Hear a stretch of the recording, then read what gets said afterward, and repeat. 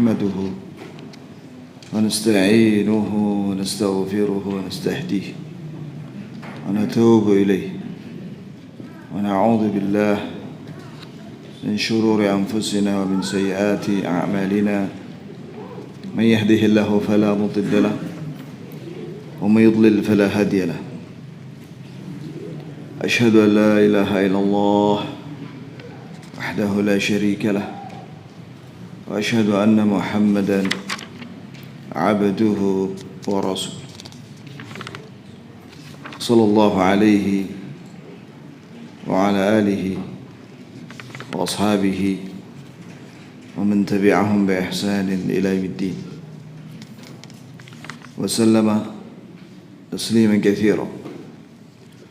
اللهم ارزقنا علما لا ينسى، اللهم ارزقنا علما نافعا ورزقا طيبا وعملا متقبلا. Ya, sekarang kita lanjutkan jamaah sekalian, barakallahu li wa lakum, tsumma amma ba'd. Yaitu larangan yang keenam, kaffu thawb fi salati tashmiruhu. Yaitu melipat celana bagian bawah dan juga lengan baju ketika salat. Wa min akhta'i ba'dil musallin annahum yakuffuna ay yushammiruna thiyabahum qabla dukhulihim fi salat. Di antara kesalahan sebagian orang yang salat yaitu mereka melipat celananya atau lengan bajunya sebelum masuk ke dalam salat. An Ibnu Abbas radhiyallahu anhu qala, dari Ibnu Abbas, semoga Allah meridai keduanya, yaitu Abdullah dan bapaknya yaitu Abbas. Qala Rasulullah sallallahu alaihi wasallam, bersabda Rasulullah sallallahu alaihi wasallam, umirtu an asjuda ala sab'atin wa la akuffa sya'ran wa la thawba. Aku diperintahkan oleh Allah untuk sujud dengan meletakkan 7 anggota badanku di tempat sujud. Yang pertama adalah dahi dan hidung. 2 dan 3 adalah 2 telapak tangan. 4 dan 5 adalah kedua lutut. 6 dan 7 adalah ujung-ujung jari kaki diarahkan ke kiblat. Kemudian tumitnya dipertemukan. Itulah salatnya Rasulullah, sujudnya Rasulullah.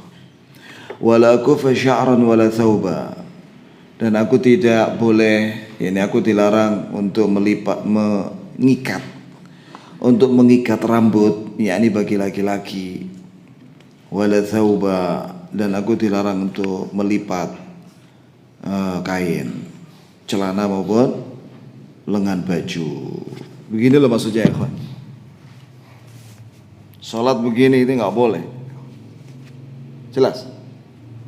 Celana, kadang-kadang celananya karena kepanjangan dia lipat.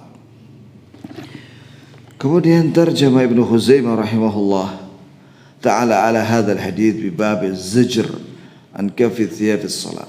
Ibnu Khuzaimah dalam kitabnya Sahih Ibnu Khuzaimah itu menerangkan tentang hadis ini, judul bab celaan terhadap orang yang melipat kainnya.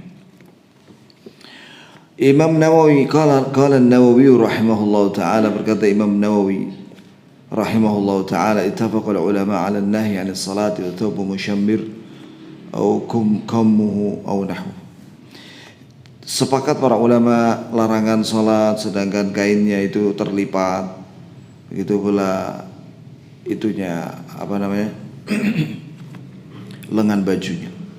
Qala al-Imam Malik, berkata Imam Malik rahimahullah, fi man shalla mushammiran kummai, orang-orang yang salat dengan melipat 2 lengannya atau celananya, in kana dzalika libasu qabla dzalika wa ya'tu wa kana ya'malu 'amala fashammara lidzalika al-'amal fadakhala fi salati kama huwa fala ba'sa an yusalli bi tilka al-hal, in kana inma fa'ala dzalika liyakuffat sya'ran aw thawban fala khaira fihi. Ini pendapat Imam Malik begini ya. Apabila kainnya itu memang begitu, ini kondisinya dilipat, wa kana ya'malu 'amdan, dia bekerja di luar salat, Fasyamara lidzalikal amal, maka dia senantiasa melipat kainnya. Fadakhala fi salati kama huwa, sehingga dia masuk ketika salat dalam keadaan terlipat celananya maupun lengan bajunya, maka itu tidak mengapa dalam kondisi seperti itu. Tapi wa in kana inna fa'ala dzalika likufat sya'ran aw thawban, tapi kalau dia ketika salat itu sengaja melipatnya, ya baik itu rambutnya maupun kainnya, maka tidak ada kebaikan baginya. Qultu, Syekh penulis hafizahullah memberikan catatan keterangan tentang pendapat Imam Malik ini. Wa dhahirun nahi mutlaq, larangan dari Nabi tentang melipat kain dan rambut itu mutlak, baik sawa'an syammara lis salat, apakah dia melipatnya ketika sedang salat, am kana musyammiran qablaha, atau melipatnya sebelum salat, wa dakhala fiha, kemudian dia masuk ke dalam salat, wa huwa ala tilkal halah, sedangkan dia dalam kondisi seperti itu, terlipat rambutnya maupun kainnya. Jelas ya, Pak? Ya. Qala An-Nawawi, yakni Imam Malik ketika menyatakan tidak apa-apa melipat baju kalau memang kondisinya sebelum sholat seperti itu ketika dia bekerja. Tapi kata penulis bahwa larangan di sini umum, mutlak, baik sebelum sholat atau ketika sholat. Qala An-Nawawi ba'da kalamihi as-sabiq, berkata Imam Nawawi setelah pernyataan yang lalu, wa huwa ay an-nahy an tashmir ats-thawb karahatan zih, yaitu larangan tentang melipat baju itu makruh tanzih, ini mensucikan diri. Falau shalla kadzalik, sekiranya dia salat dalam keadaan bajunya terlipat atau celananya terlipat, faqad asaa, dia melakukan keburukan, wa sahhat salatuhu, tapi salatnya sah. Wahtajja fi dzalika Abu Ja'far Muhammad bin Jarir at-Tabari bi ijma'il ulama, dan kata Imam Nawawi bahwa Abu Ja'far ibn Jarir at-Tabari, yakni yang ngarang buku tafsir itu terkenal itu, yang sering dinukil oleh Ibnu Katsir dalam tafsirnya, mengatakan bahwa ini ijma', ini salatnya sah orang yang melipat kainnya.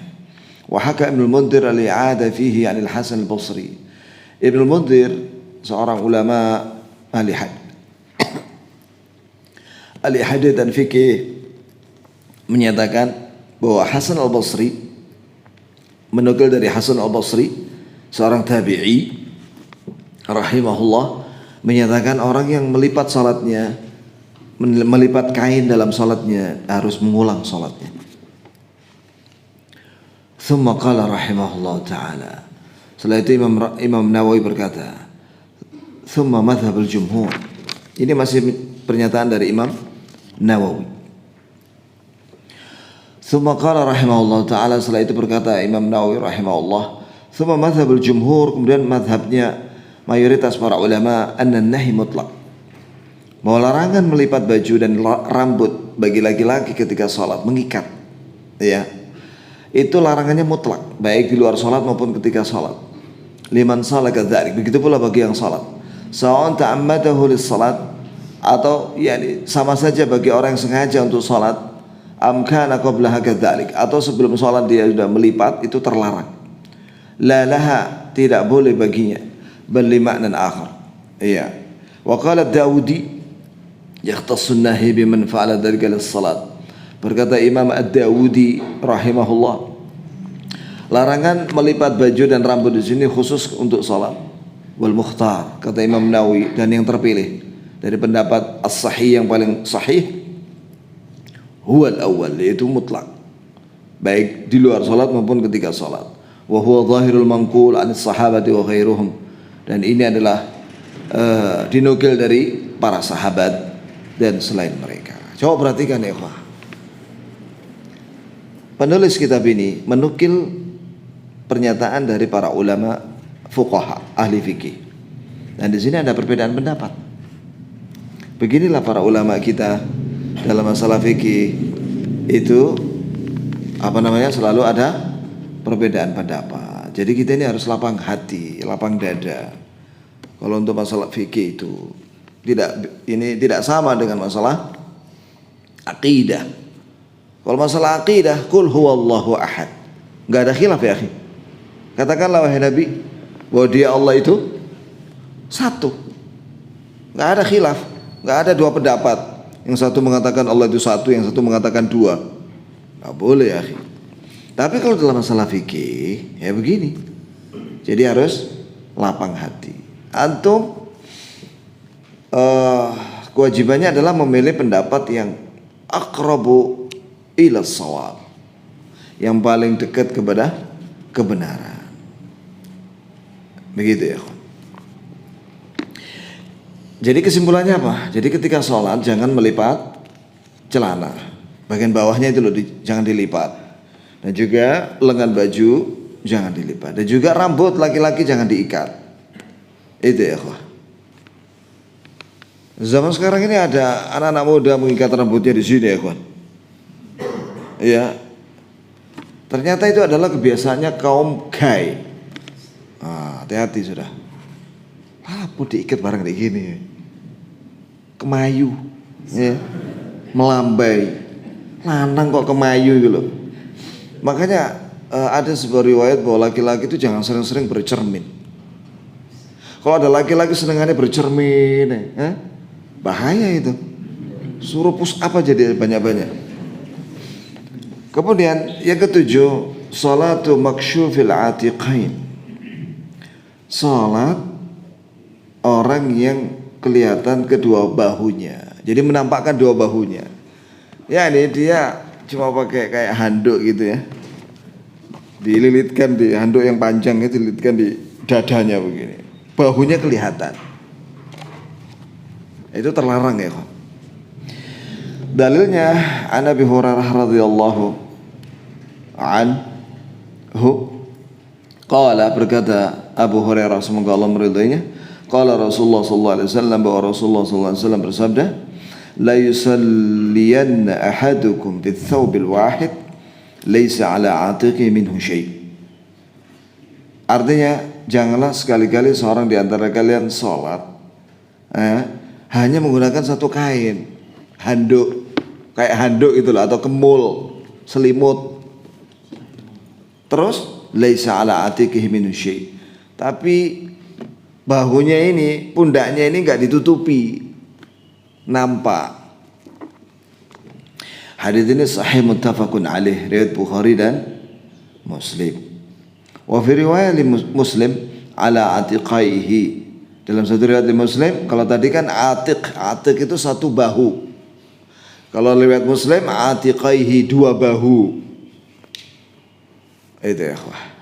Makanya ketika sholat tawaf, selesai tawaf 7 kali putaran, karena ada sholat tawaf tuh 2 rakaat, itu harus ditutup bahunya. Kan tadinya kan ittiba' dengan menampakkan bahu kanan toh. Nah, ketika sholat ditutup. Ini banyak jamaah umroh dan haji yang tidak paham masalah ini. Dikira menampakkan bahu itu selalu. Bagi laki-laki loh ini maksudnya ya. Nah, kemudian warawu Ahmad bil lafdhain. Nah, diriwayatkan oleh Imam Ahmad dalam musnadnya dengan 2 lafaz, yakni yang satu bahu, larangan menampakkan satu bahu. Riwayat kemudian dilafadzkan lagi 2 bahu. Qala Ibnu Qudamah Al-Maqdisi. Ibnu Qudamah ini mazhabnya Hambali. Yajibu an yadha' al-musalli ala atiqi syai'an min al-libas. Wajib bagi orang yang salat harus menutupi sesuatu pada bahunya. In kana qadiran ala dzalik, jika dia mampu untuk melakukannya. Wa qaul Ibnu Mundzir, ini pendapat Ibnu Mundzir. Ya kawan, dengan ini antum bisa mengenal para ulama. Ada Ibnu Qudamah Al-Maqdisi, ada Ibnu Mundzir, ya. Ini ulama semua ini. Wa hakan Abi Ja'far, dan diriwayatkan dari Abu Ja'far, anna salata la tujzi man lam yukhammir mankibaihi. Kata dari Abu Ja'far bahwasanya salat tidak sah apabila seorang tidak menutupi kedua bahunya. Qala aktsarul fuqaha. Nah, sekarang pendapat sebagian besar ahli fikih, la yajibu dzalik, tidak wajib menutup bahu. Coba lihat ya, ikhwah. wa la yushtaratu li sihhati sholati bihi, dan bukan menjadi syarat sahnya salat menutupi bahu. Wa bihi qala Malik Syafi'i wa ashabur ra'i. Ini pendapatnya Imam Malik dan Syafi'i dan para ashabur ra'i. Ashabur ra'i ini adalah para ulama yang mereka ini ketika berpendapat banyak menggunakan kaidah-kaidah akal, tapi benar pendapatnya, gitu loh. Cocok dengan pendapatnya ulama lain, maksudnya mencocoki ulama lain. Li'annahu laysa bi'aurah, sebab dua bahu laki-laki bukan aurat. Fa ashbaha baqiyatul badan, maka sama dengan sisa anggota badan seperti tangan. Tangannya laki-laki ini kan bukan bukan aurat kan? Wajahnya laki-laki kan bukan aurat. Jadi boleh ditampakkan. Begitu pendapat kebanyakan ahli fikih. Wan nahi al-warid fi hadits as-sabiqat at-tahrim. Nah, ini sekarang Syekh mengatakan ini, penulis. Larangan menampakkan kedua bahu itu dalam hadis yang tadi itu terkandung di dalamnya pengharaman. Ini haram menampakkan kedua bahunya ketika sholat.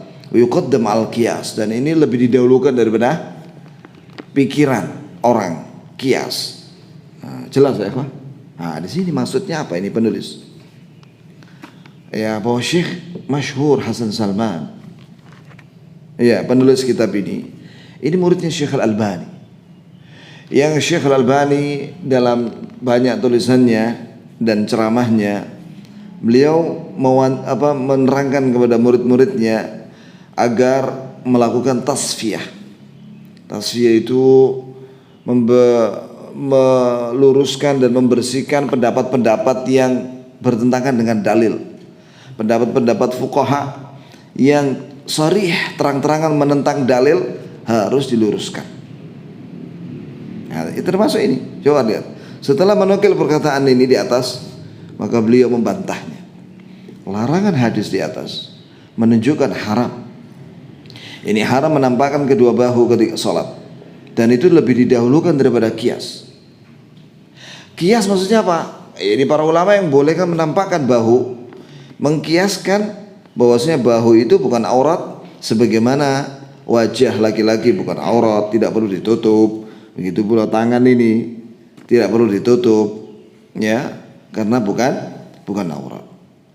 Tapi kata penulis, dalil ini didahulukan daripada qiyas itu tadi. Ya, ini bahu dikiaskan dengan anggota badan yang lainnya karena bukan aurat. Wa madzhabul jumhur adamul butlan.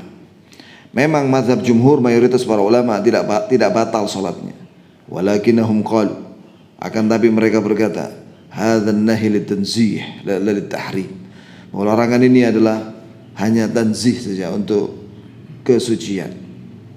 Yani adab, la litahrim, bukan untuk pengharaman.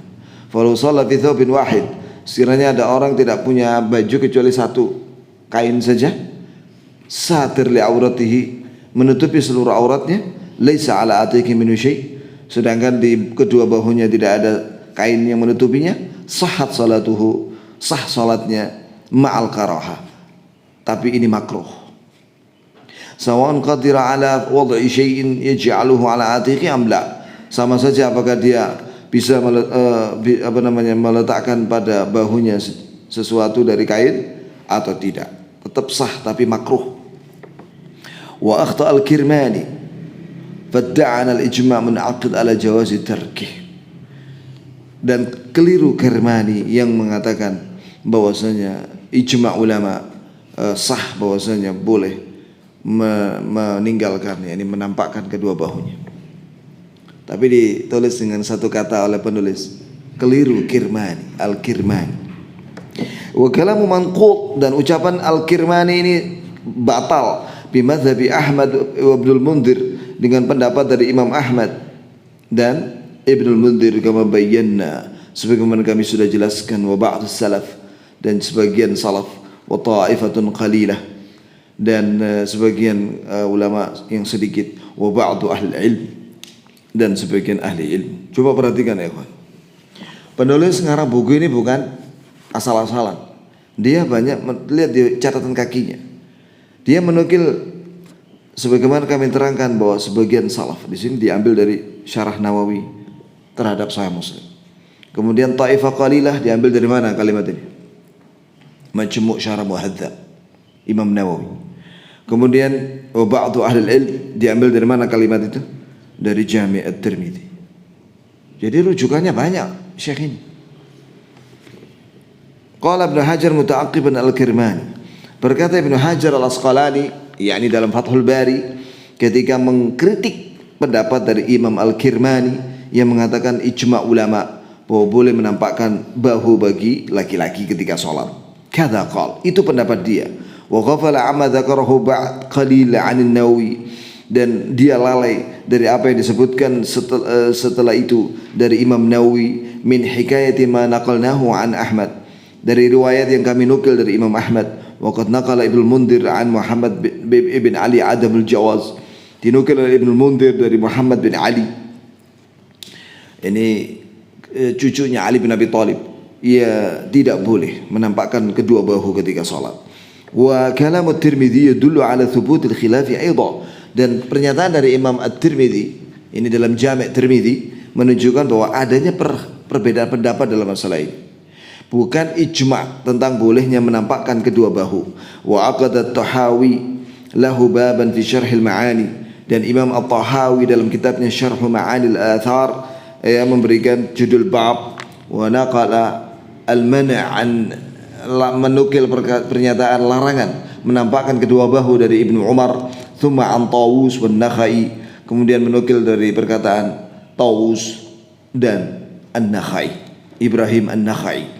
Wa naqalahu ghairuhu an Ibnu Wahab, dan dinukil yang lainnya oleh dari Ibnu Wahab dan Ibnu Jarir At-Tabari. Wa naqala Syekh Taqiyuddin As-Subki wujub dzalika an nass Asy-Syafi'i wa ikhtarahu, dan Syekh Taqiyuddin As-Subki menukil tentang wajibnya menutup bahu itu dari pernyataan dari Imam Syafi'i langsung, dan dipilih oleh Imam As-Subki pendapat Imam Syafi'i itu. Lakin al-ma'ruf fi kutub Syafi'iyah khilafahu, tapi yang terkenal di dalam kitab-kitabnya Syafi'iyah berbeda, yaitu membolehkan menampakkan bahu ketika sholat. Ya kawan, antum ketika anak bacakan ini gimana kira-kira?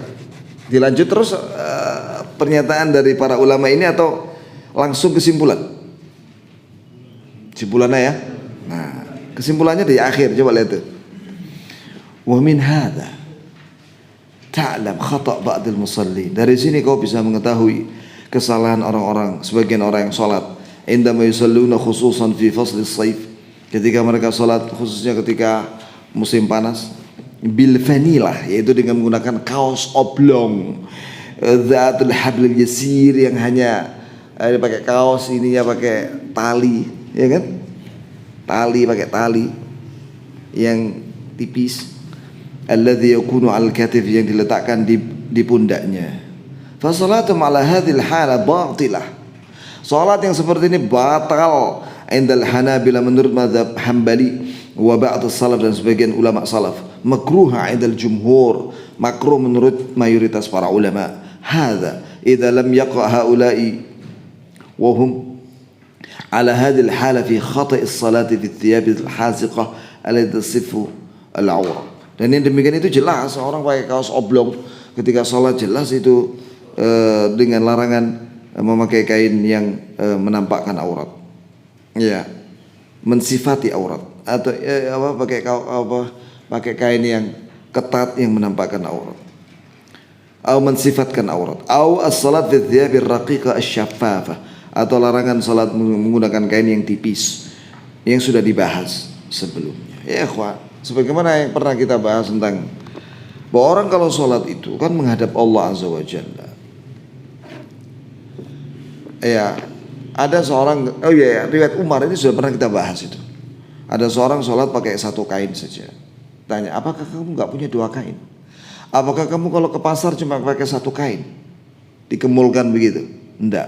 Sudah, kalau menghadap Allah lebih mulia, lebih utama untuk kau berhias.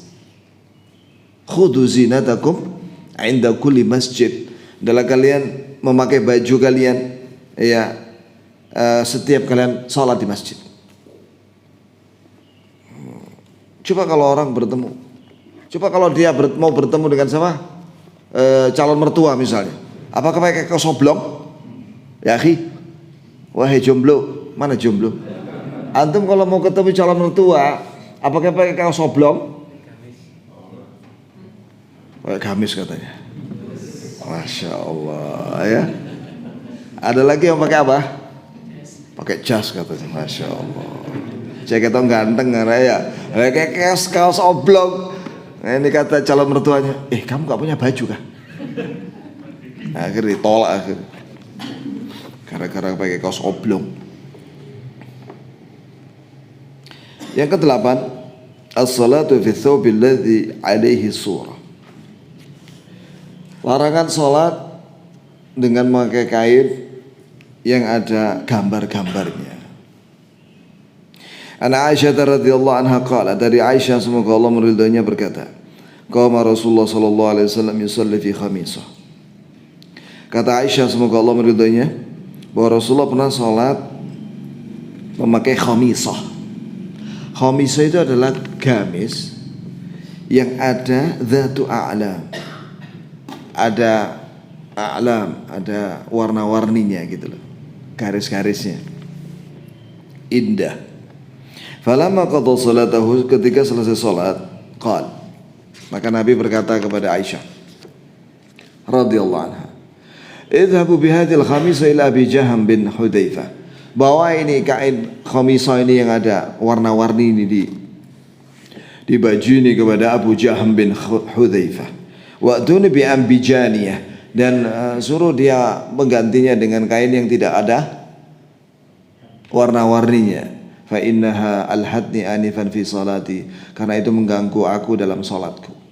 Ini ketika salat tadi Nabi terganggu dengan melihat-lihat kainnya itu. Paham ya?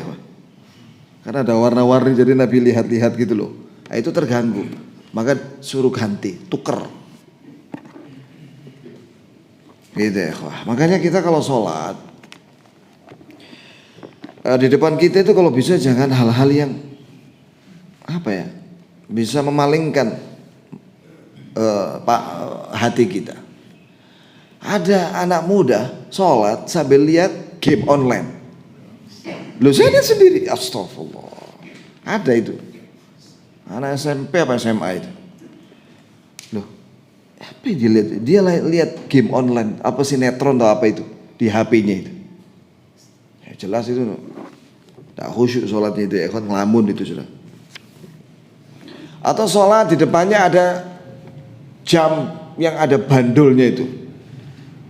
Ya, setelah itu bunyi peng peng 12 kali lagi. Peng, wah ini ganggu ini ya, akhi. Matikan itu suaranya. Atau bandolnya itu ditutup pakai kain, pakai kertas putih. Ya, sehingga yang penting kan jamnya toh.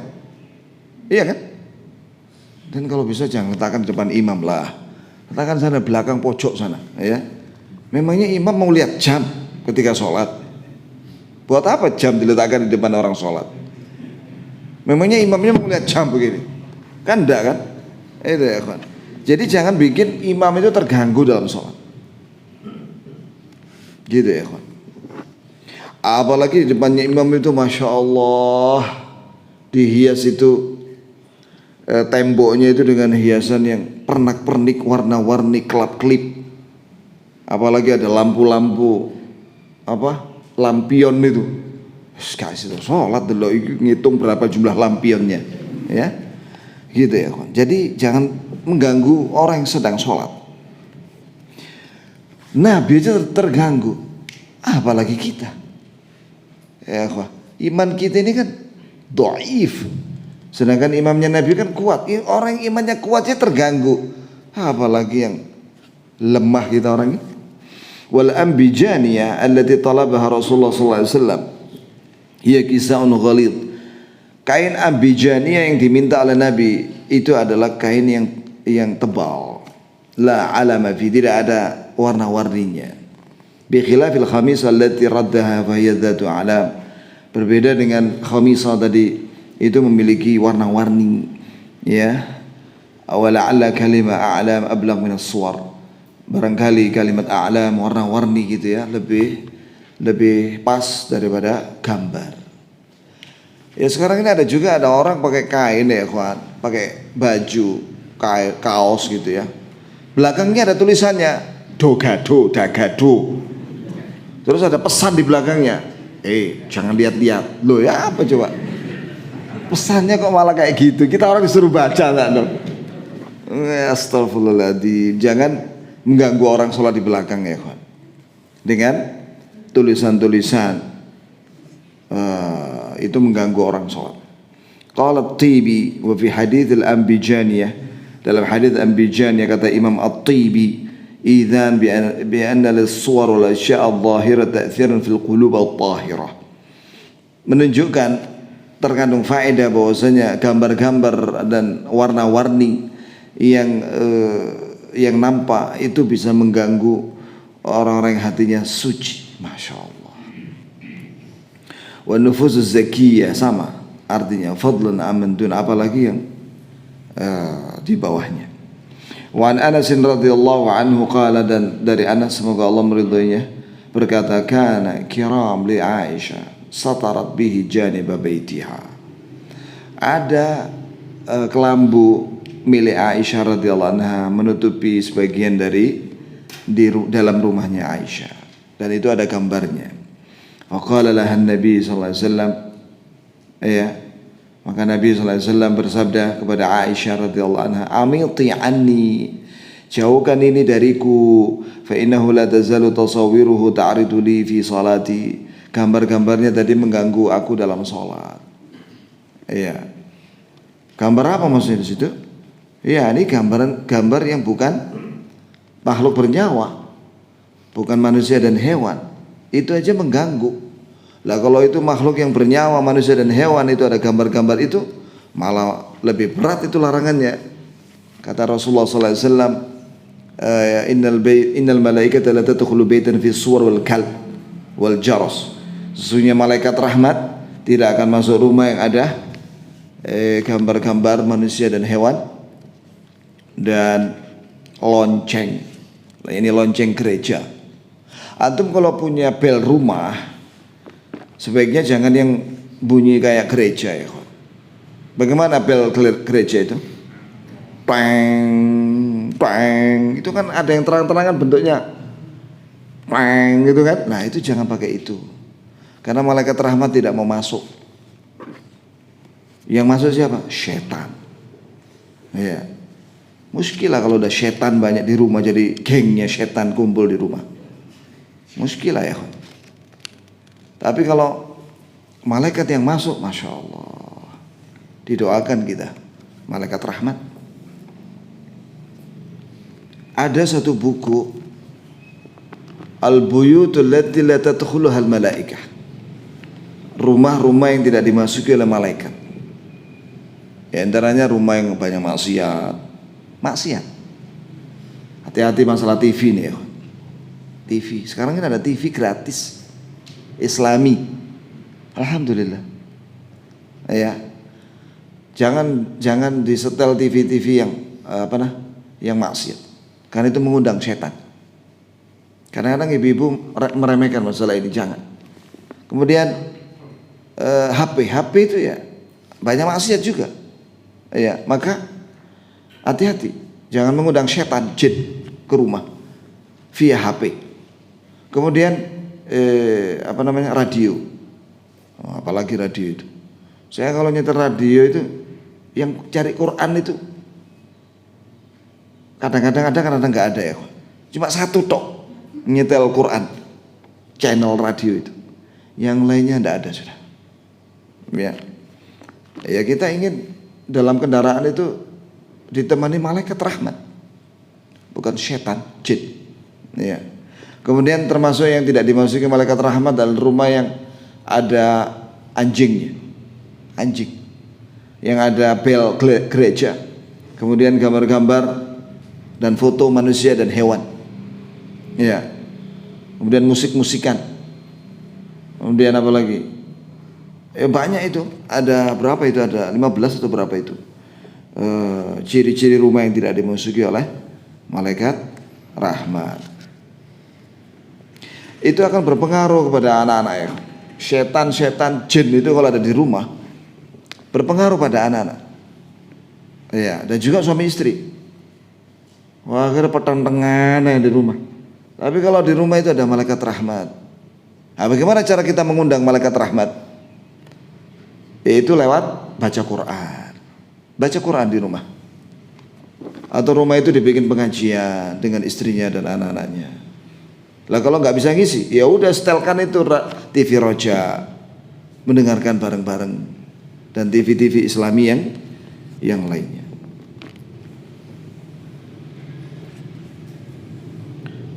Kemudian mana tadi?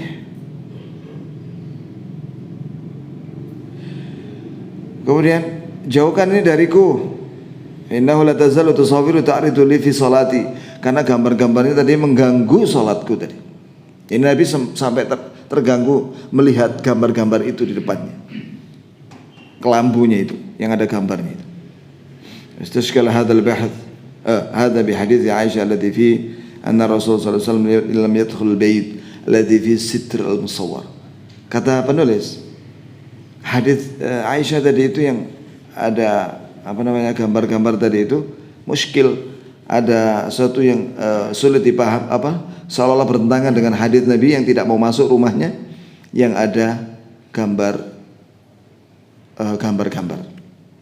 Wa ujib, maka dijawab bihtimali an takuna tasawwur fi hadits Aisyah datu arwah. Ini betul ya kawan, sebagaimana yang saya sampaikan tadi, yaitu dijawab bahwasanya kemungkinan yang dimaksud dengan Nabi tidak mau masuk rumah Aisyah yang ada gambar di situ adalah yang bernyawa, yaitu manusia dan hewan. Wa haditsu Anas yadullu bi dalalatil ula ala karahatis salat fi thawb alladhi alaihi surah. Hadits Anas yang pertama tadi itu menunjukkan makruh salat memakai baju yang ada gambar-gambarnya, jelas. Berkata Imam Al-Qustallani, idza kanat as-suwar tulhil musalli, apabila gambar-gambar itu membuat terlena orang yang salat, wa ya muqabalah di depannya, faula idza kana labisuha, yakni apabila orang terganggu dengan kelambu yang ada gambarnya atau warna-warni yang mencolok ya sehingga mengganggu sholatnya, apalagi dipakai, yakni di kainnya ini ada warna-warni yang mencolok dan gambar, itu jelas sangat mengganggu. Wa alaqal aini, ada ulama namanya al-aini yang mensyarahkan Sahih Bukhari ala tawbibil Bukhari ketika memberikan bab-bab dalam Bukhari, karahiyatus salat fit tasawir, larangan salat dengan menggunakan kain yang ada gambar-gambarnya. Banyak orang nggak paham masalah gambar ini ya, terutama yang makhluk bernyawa, dan mereka meremehkan masalah ini. Jangan meremehkan masalah ini ya ikhwah. Ya, ada pembahasan khusus masalah fotografi pakai alat foto dan video, itu dibahas oleh Syekh Ibnu Utsaimin dan para ulama yang lainnya. Khilaf, ada perbedaan pendapat dalam masalah itu. Belakangan para ulama akhirnya banyak yang tampil di video dan tidak apa-apa video, karena maslahatnya lebih banyak.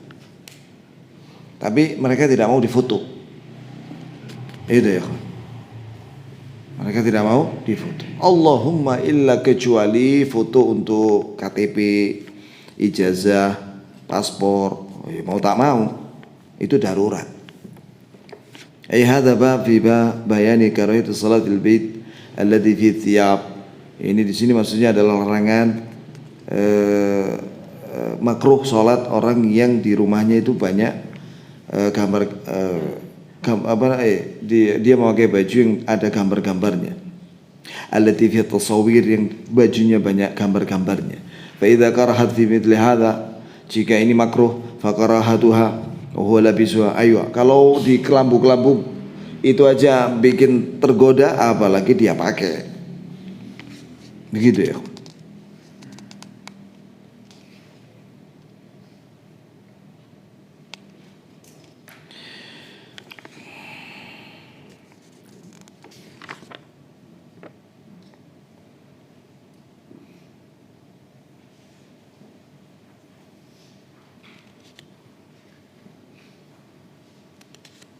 Ya.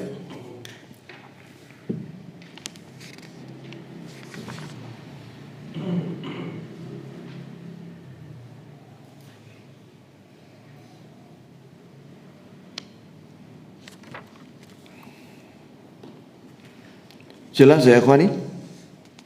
Apa mau dibaca setiap kata di sini? Penjelasan dari setiap ulama? Gimana? Antum mau tak? Gimana ya? Jelas hadisnya. Bahwa Nabi terganggu dengan kain yang ada warna-warni yang mencolok, apalagi gambar-gambar.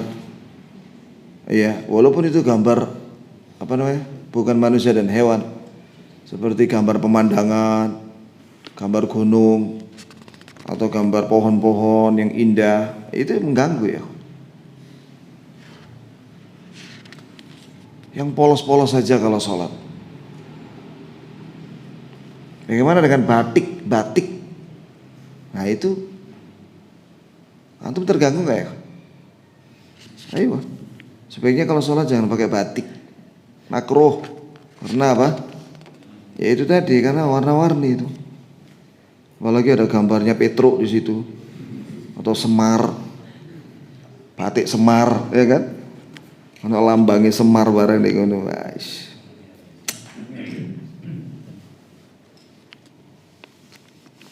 Iya, pokoknya seorang muslim berusaha untuk dalam kondisi terbaik ketika sholat itu tidak terganggu kekhusyuannya. Apa ada pertanyaan ya, Kak? Silakan. Nah, iya betul. Kalau ini antum terganggu gak ya, kawan? Makanya ditutup pakai itu. Kalau saya pakai kayak itu yang warna hijau tadi itu, polos. Saya letakkan di tempat sujud. Dan itu juga untuk juga ihtiraz dari virus, untuk menjaga dari virus. Karena ada sebagian orang sholat ya kawan, wahing itu di sajadah, di karpet. Iya. Dan itu kan jadi kotor kan. Apalagi ini COVID-19 ini naik lagi, sudah melonjak lagi sekarang di Jakarta. Maka saya anjurkan antum bahwa itu loh sajadah yang kecil untuk wajah di tempat sujud. Itu untuk keamanan, kesehatan kita ya. Tindakan preventif. Karena kita kan tidak tahu apakah karpet ini setiap hari di vakum yang cleaner yang pakai air itu, ya kan, sehingga higienis. Ada seorang bapak-bapak bertanya, Ustaz, gimana saya sholat di sajadah di masjid pinggir jalan dalam safar itu, masya Allah baunya. Ya nggak usah pakai sajadah lah Pak, saya bilang. Kalau ada ya jadi terganggu kekhusyuannya karena sajadahnya kotor banget, bau patak dan lain sebagainya. Ya singkirkan sudah. Ya. Atau bawa sajadah sendiri, singkirkan sajadah yang kotor itu. Karena nggak dicuci sama takmirnya. Ya, sama pengurus masjid. Ada seorang kasih tahu sama saya, banyak beberapa masjid itu rebutan jadi takmir.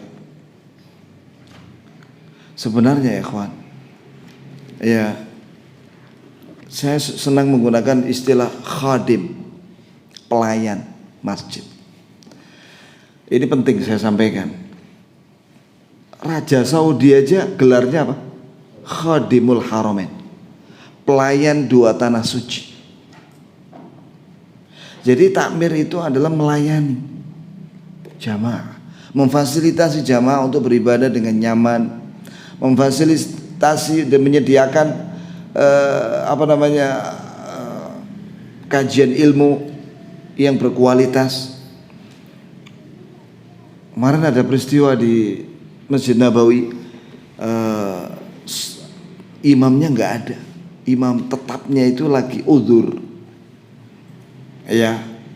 Kemudian sampai tertunda qomat 50 menit subuh, udah hampir terbit itu, tinggal 20 menit. Maka Syekh Sudais langsung memecat itu yang bagian ngurusi imam dan qomat itu, dipecat dan diganti dengan anaknya Syekh Ali Hudayfi. Ya, Syekh Ali Hudayfi itu Ahmad. Kemudian diwajibkan 2 imam tetap, harus satu mimpin, satunya di belakangnya. Artinya kalau yang satunya uzur karena sakit perut, maka yang gantikan tetap imam tetap. Tidak boleh orang lain. Maksudnya jamaah. Nah, itu sekarang. Ya ikhwan, seperti itu. Jadi betul-betul pelayanan yang maksimal untuk jamaah. Jadi takmir adalah khadimul masjid, pelayan masjid. Itu terhormat itu. Terhormat itu ya. Karena itu jangankan takmirnya, yang nyapu masjid di zaman Nabi itu ahlul jannah. Nyapu masjid. Apalagi dia merangkap muadzin, imam, apalagi khotib. Masya Allah, luar biasa itu, diborong semua pahalanya sudah kalau ikhlas. Ada pertanyaan lagi? Pada awalnya COVID kemarin Ustaz, masjid karpet dilepas, kemudian dibersihkan, masih basah pakai pemutih Ustaz. Dan jamaah masuk pakai baju masih bersih, keluar dari masjid flag putih. Apanya yang flag? Ya pakaian Ustaz, karena masih basah, pakai pemutih dibersihkan baik ini apa? Apakah baju yang flag tadi bisa diwiper lagi untuk sholat atau dibolehkan Ustaz? Apakah baju? Baju yang kena flag tadi membekas. Bekas apa? Kemudian diwiper lagi untuk warna yang sama untuk dipakai sholat lagi apa bisa? Nanti dibahas itu, ada tentang baju yang dicelup.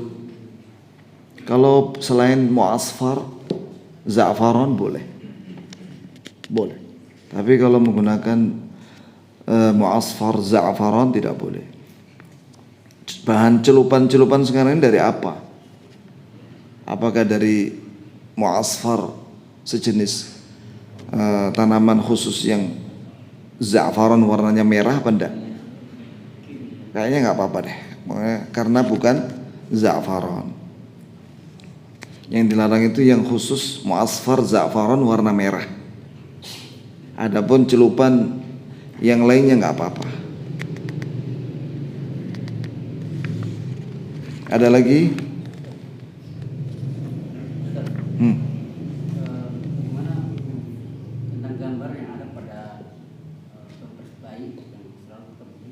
Gambar yang ada di pampers. Oh nggak apa-apa, nggak apa-apa.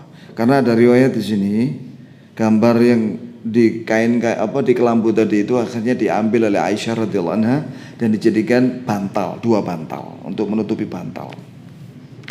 Apalagi jadi pampers nggak apa-apa ya, nggak masalah kan, ditutupi toh celana toh.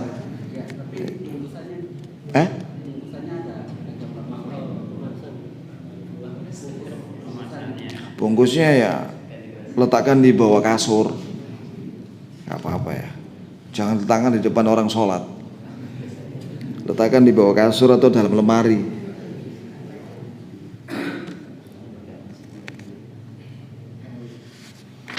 Ada lagi?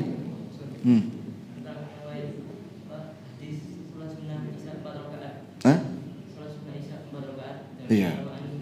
Disahihkan oleh Syekh Al-Albani. Yang keutamanya melebihi Lailatul Qadri itu disahihkan oleh Syekh Al-Albani. Jadi ada sunnah ikhwan yang banyak ditinggalkan kaum muslimin, salamatul afiyah, yaitu 4 rakaat sunnah ba'da setelah isya. Hadisnya disahihkan oleh Syekh Al-Albani. Jadi sekali-kali kita salat 2 rakaat, setelah itu 2 rakaat, jadi 4 rakaat. Baik di masjid atau di rumah. Mana yang sempat? Karena kadang-kadang ada orang sempat itu di masjid. Kalau sudah sampai rumah lupa sudah.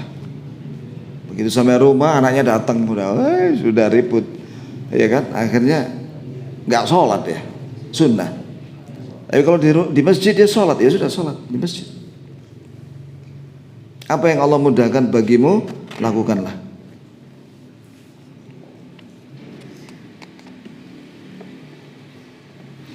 Habiskan waktunya, akhi. Ya akhir. Baiklah ya ikhwani, barakallahu li wa lakum. Kita akhiri dengan kafaratul majlis.